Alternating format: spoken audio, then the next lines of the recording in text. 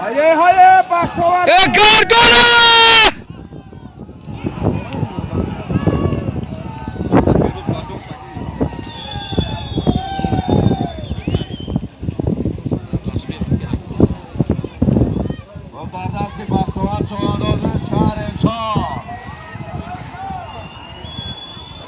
بازدردستی بختوار چوانداز شهرستان آپالان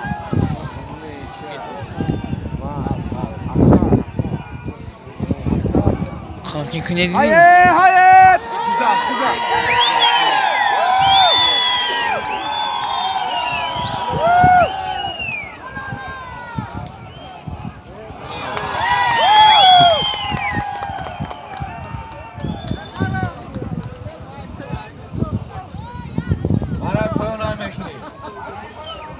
Maray poyon. Bodu maray bolo.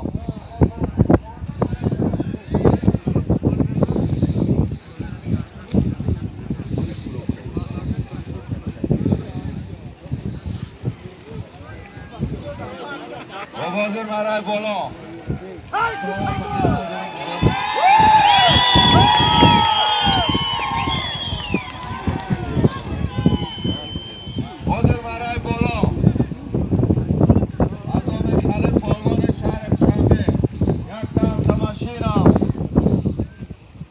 از نام فتلا طایبا یک تا اشغال از نام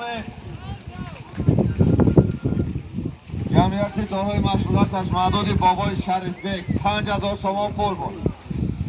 بختیار چوانداز شهر سار اسب شهر شنبه از بیان شیروان پلوان اسب بنامی پلوان